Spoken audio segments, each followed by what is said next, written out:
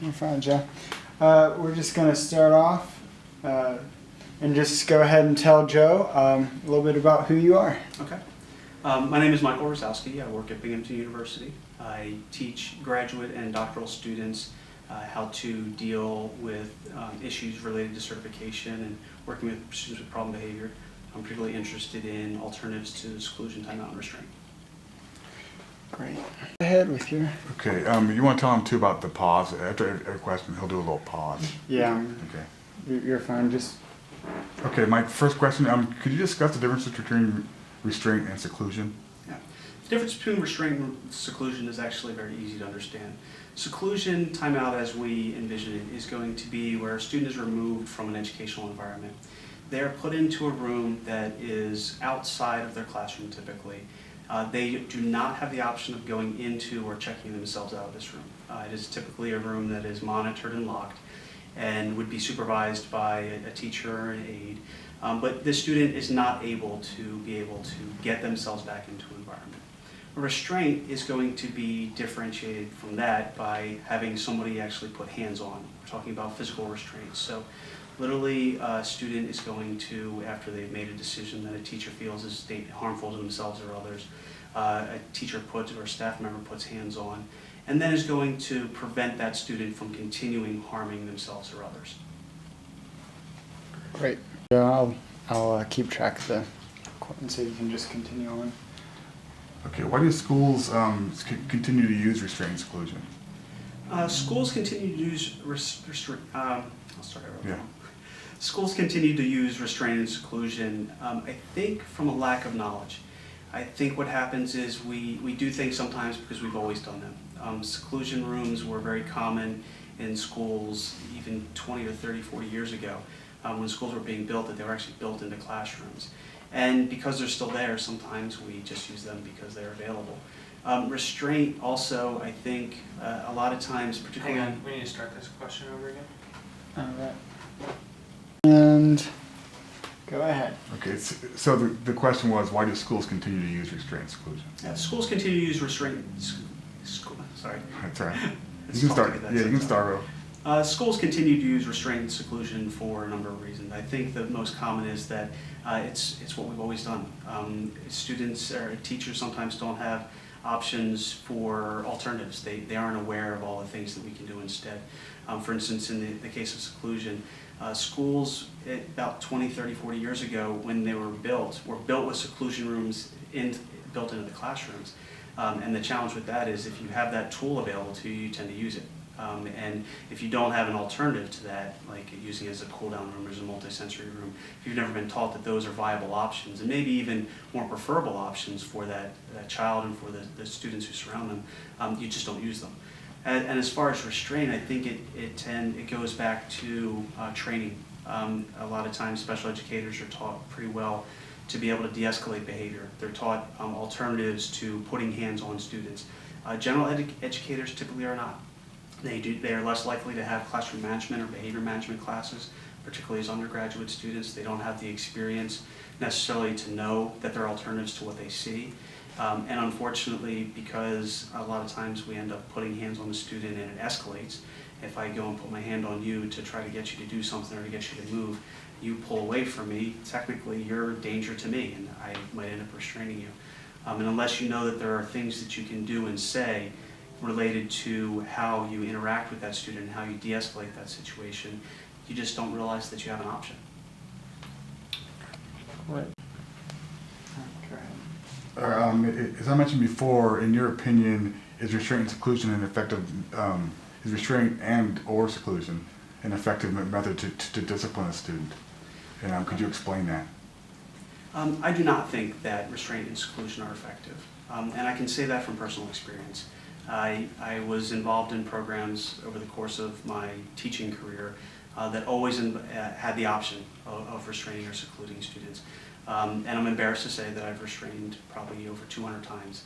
And unfortunately, what I know now about alternatives, I feel like I could probably have avoided about 180 of those. And the reason I don't think they're effective is because they're controlling mechanisms. They are punishments. They are designed to be used in emergency situations. If I am going to have the ability to teach you to manage your own behavior so that I don't have to put my hands on you and control you and stop you from doing something, that just is a better solution than me having to put you down on the ground and restrain you. Same thing with seclusion timeout. You're not learning anything in a room where I've isolated you, I've removed you from the educational environment.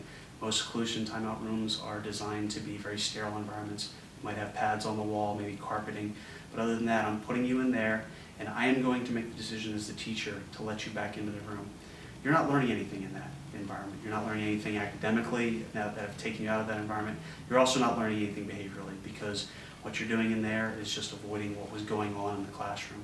So we've missed an opportunity to have an academic and a social interaction. I don't think they're effective. I've heard you, Mike. You mentioned de-escalation a couple times. What is that? Yeah, de-escalation is the idea that there are certain things that we can do, whether that's in our posture, or how we position ourselves, position our body, our facial expressions, everything that we kind of bring to the table that would be considered nonverbal communication. All of those things influence how a situation. Recognizing personal space, being able to make sure, first off, knowing that when students are experiencing a crisis, they're getting agitated, they need more personal space. Most of the time we need about an arm's length and a half from an individual. But when someone's agitated, they need a little bit more space. Teachers tend to violate that pretty consistently. So de-escalation first is recognizing all of those nonverbal things that are going on in an environment, all those paraverbal things. The other piece of de-escalation is knowing the right things to say and when to say them. We often, as teachers, are very abrupt in how we interact. And I can say that honestly, I've been in that situation, I've made that mistake. Sometimes the things we say or the way that we say it is going to escalate a situation. An example would be the difference between a you and an I statement. If I'm going to start a conversation by saying you need to do something, I am putting you on the defensive. I am kind of communicating to you that there's something going wrong with what your behavior is. If I'm going to communicate what I need and give you the opportunity to make a decision, it's your choice. It's your ability to be able to say, yes, I will make that decision or not. De-escalation is about knowing how to communicate and knowing that it's the verbal and the nonverbal things that we bring to the table that make the communication either ineffective or effective. Excellent. That was great. Go ahead, Joe. If you had to give, if I was a teacher, a new teacher, and if I was in a school that traditionally uses restraint and seclusion as part of their mode of operation, what advice could you give to me to explore alternatives? If you are in a school that relies on seclusion, timeout, and restraint as part of their normal practice, as part of normal intervention, I think the one thing that I would challenge you to do is to look at how often it's used.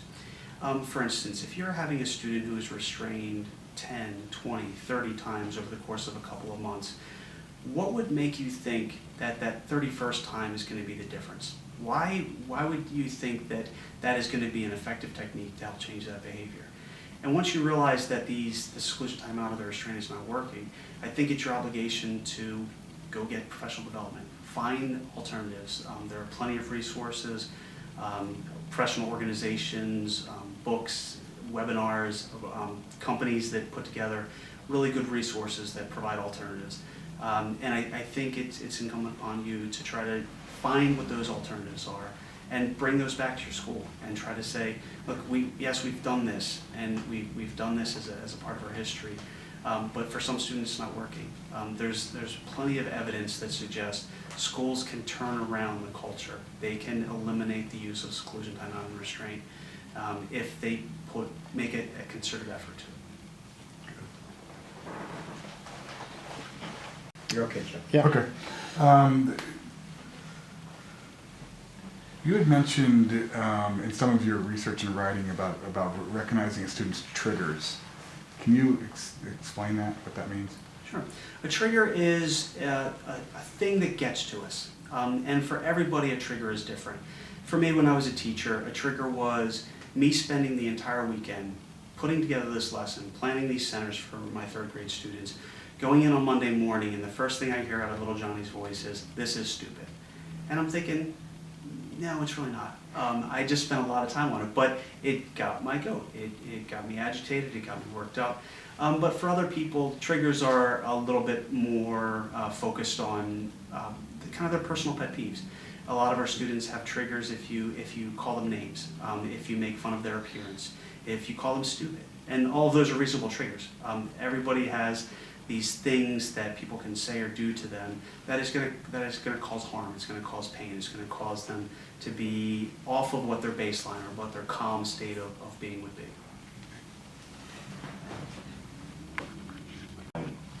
The triggers of their students Yeah. on IEPs. I would go that way, Joe. Yeah, recognizing triggers is important for teachers, but how does a teacher do that? How does a teacher recognize triggers? Yeah, a teacher is going to recognize triggers by paying attention to what goes on around a student. Triggers for students often are specific to a certain time of day or a certain location. For instance, you may be working with students who don't start the day off well. They're a little bit agitated, they're a little bit grumpy. I remember a student that I worked with who very consistently, I could tell if he had breakfast, because the trigger for him was getting up late. He had stayed up late the night before. He came to school, he was racing, he didn't have time to have breakfast before he got there, and you could just see it on his face. He was agitated, he was grumpy. It's like some of my colleagues who forget their morning coffee or don't have time for the morning coffee before. That's a trigger for them. And so recognizing those triggers, it's patterns. I also mentioned that it's also sometimes a space thing. Sometimes teachers and students have difficulty interacting. I can think of students in the past that I've worked with who had better relationships with other teachers than they had with me. I was the trigger.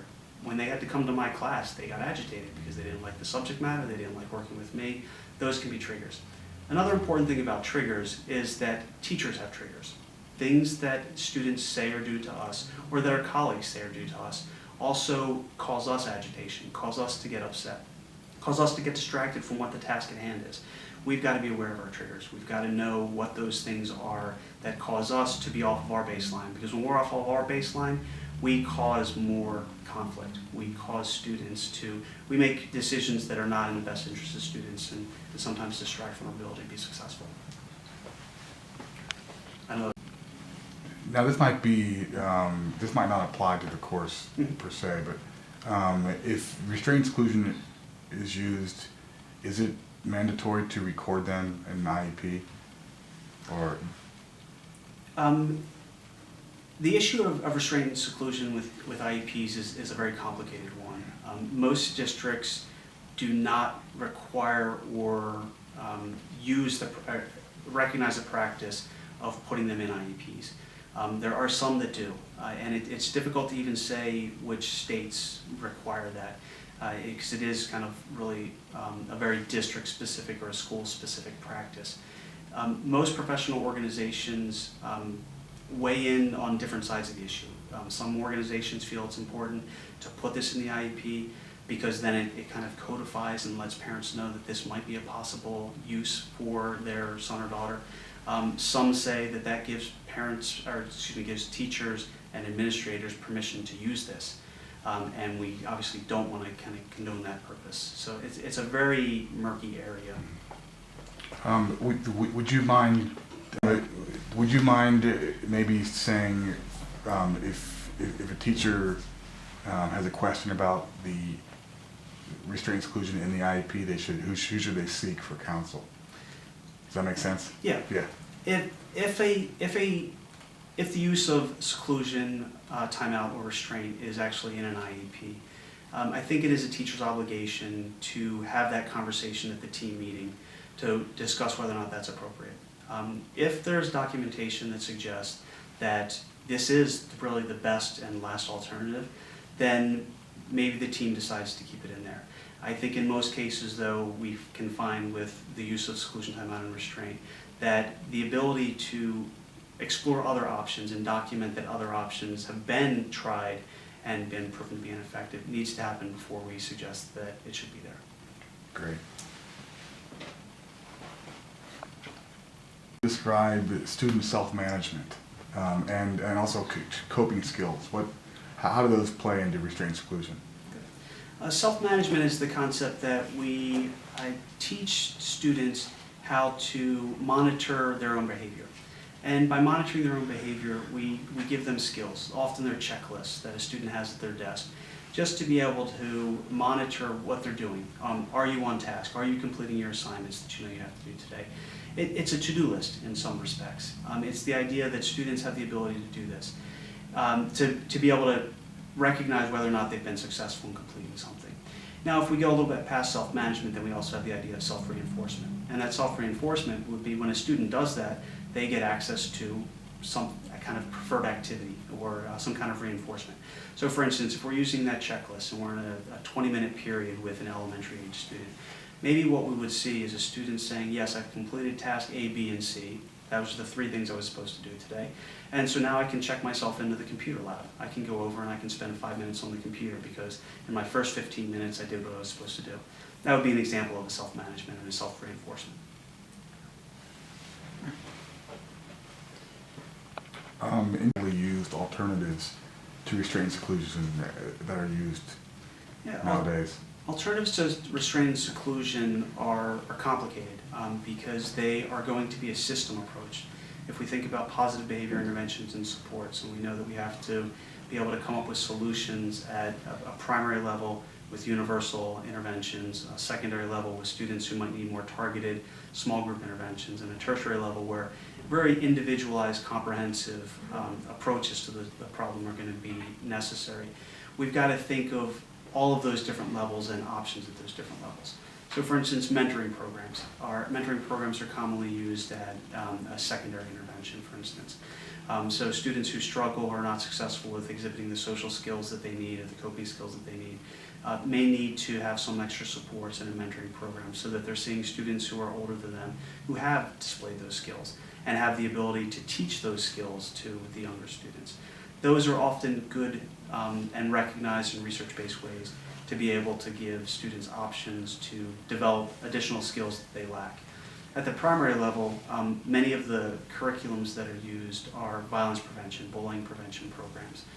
These are trying to teach very common characteristics, problem-solving characteristics, characteristics related to being able to relate to others, relationship building characteristics.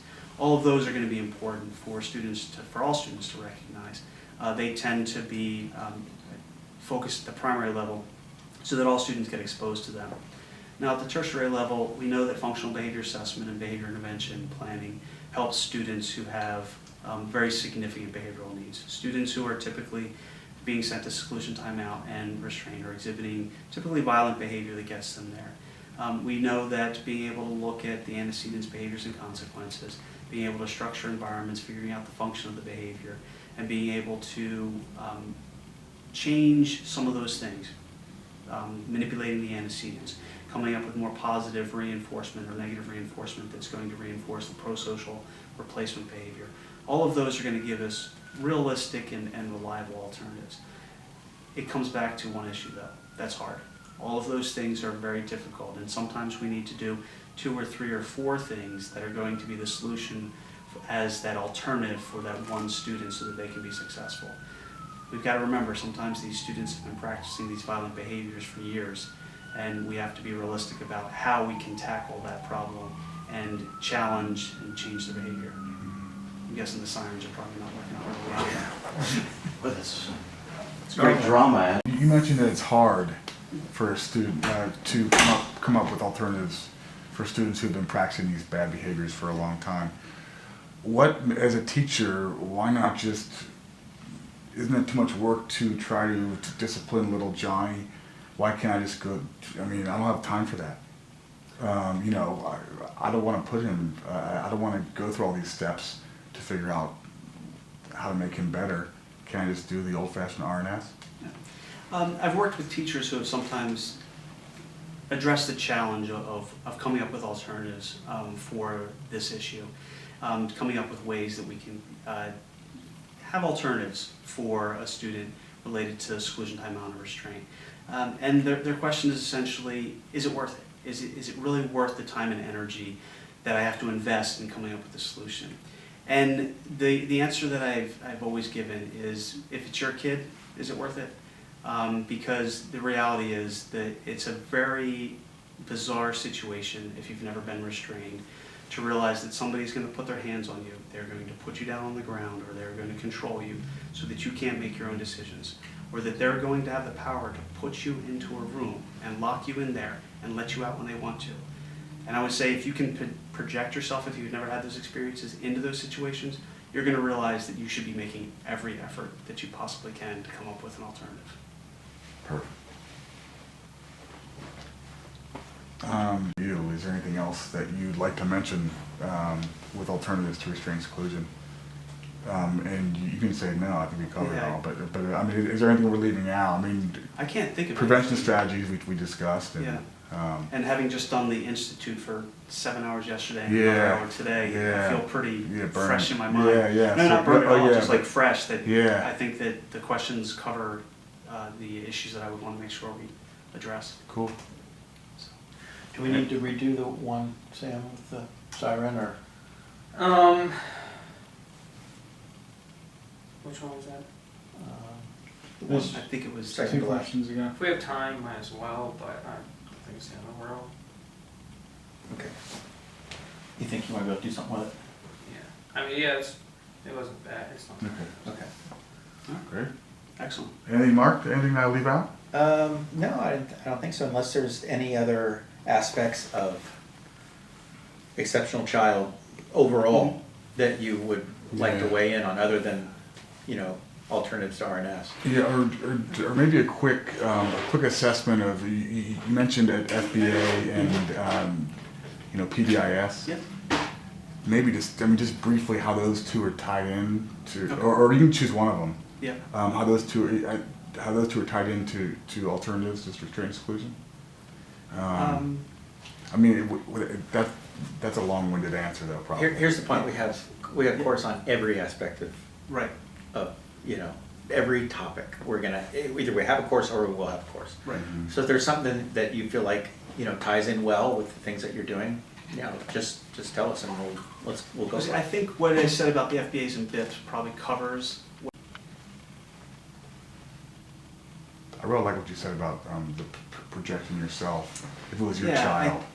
I think I'm trying to think of a decent one.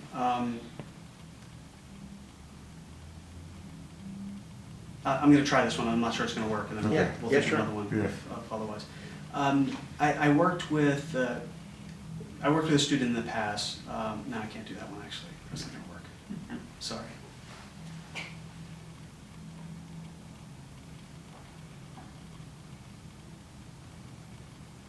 I'm not coming up with any good ones that aren't Okay. going to reveal too much personal information I about a see. student. Mhm. That's what I'm struggling with. Yeah.